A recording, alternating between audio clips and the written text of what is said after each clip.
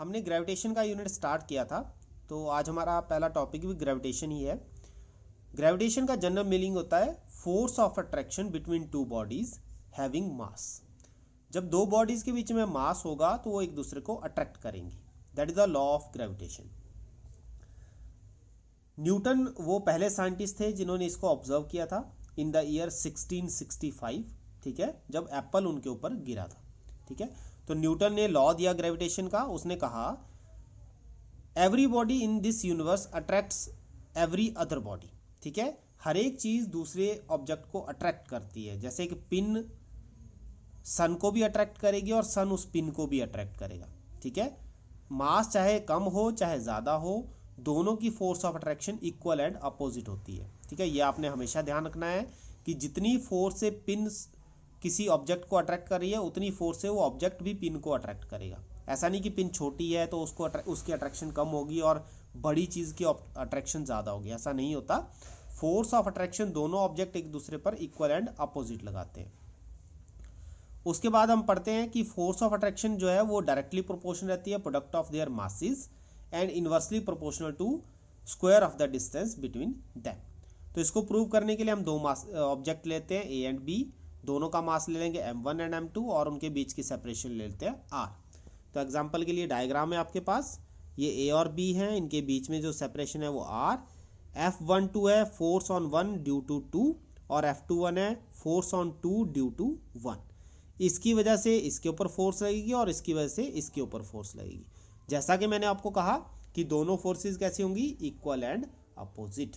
ठीक है, मतलब F12 और F21 का जो मैग्नीट्यूड होगा वो बराबर होगा, बराबर फोर्स लगाएंगी लेकिन अपोजिट नेचर की। अगर ये इधर को अट्रैक्ट हो रहा है तो दूसरा इधर को अट्रैक्ट होगा। ठीक है, इसलिए इसको अट्रैक्शन कहा गया है। इसको अगर फॉर्मूला को हम लिखें F directly proportional to m1 m2 by जो सेपरेशन के बीच में r स्क्वायर है। ठीक है, और एक बात इसमें हमेशा ध्यान रखना, जो आपकी डिस्टेंस है वो आपका सेंटर, जो सेंटर ऑफ मास जहां लाई करेगा वहां से इसका आपने डिस्टेंस मेजर करना है, एंड से नहीं करना major.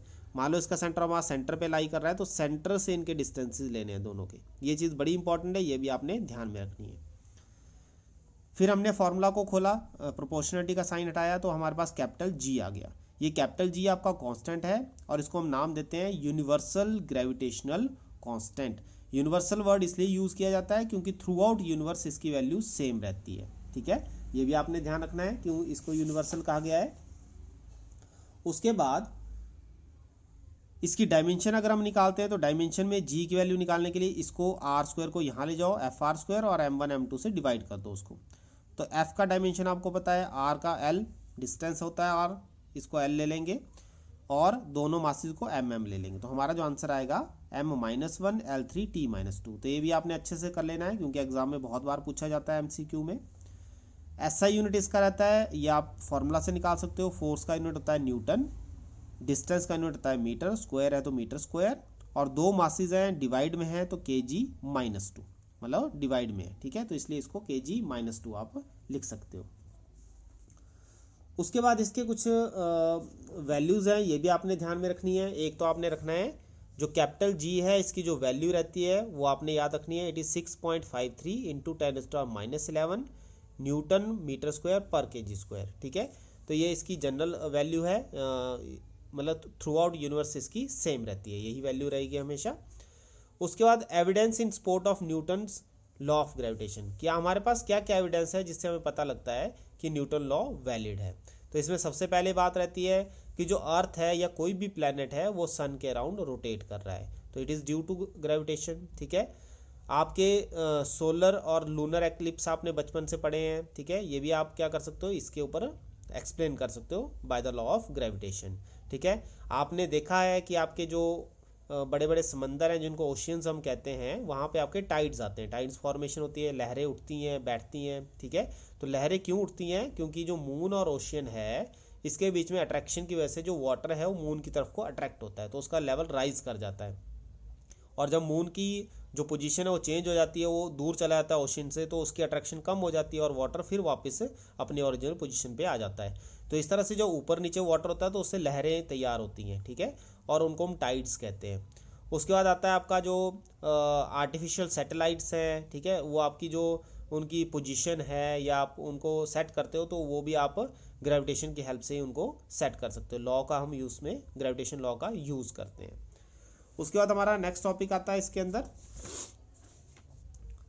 Vector form of Newton's law of gravitation.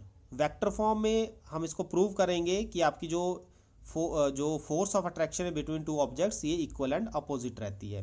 तो हम दो बॉडीज ले लेंगे again A and B, masses m1 and m2। इसमें हम इनकी डायरेक्शन लेंगे। सबसे पहले लेंगे r12। r12 का मतलब है unit vector from A to B. A से लेके बी की तरफ को यूनिट वेक्टर आपका r12 आएगा, और जो r21 है वो होगा बी से लेके ए की तरफ को, ठीक है। यूनिट वेक्टर ऐसे ले लेंगे। F12 आ गया gravitational force exerted on body A by body B. जैसा कि मैंने आपको शुरू में कहा था कि ए के ऊपर जो फोर्स लगेगी कौन लगाएगा, बी लगाएगा, और जो बी के ऊपर फोर्स लगेगी वो कौन लगाएगा, ए लगाएगा। तो जो ए के ऊपर फोर्स लगी उसको नाम देंगे F12, और जो बी के ऊपर फोर्स लगेगी उसको नाम देंगे F21। लगाएंगे एक दूसरे के ऊपर ही, ठीक है। तो इनको हमने अलग अलग नाम दे दिया, एक को F12 और दूसरे को F21, ठीक है। According to Newton's law of gravitation अभी हमने किया F12 कितना होना चाहिए, Gm1 m2 by R square. R square इसकी जनरल मैग्नीट्यूड ले लिया हमने दोनों का, सेपरेशन का r, तो इसलिए आर स्क्वायर। फिर वेक्टर फॉर्म में F12 किस डायरेक्शन में है, जिस डायरेक्शन में r12 कैप है, ठीक है। फिर F21 इसका भी मैग्नीट्यूड वही रहेगा जो एक्चुअल में है, लेकिन डायरेक्शन रहेगी r21 इस तरफ को। F21 किस तरफ को है, बी से लेके ए की तरफ को, जिस तरफ को यूनिट वेक्टर r21 है।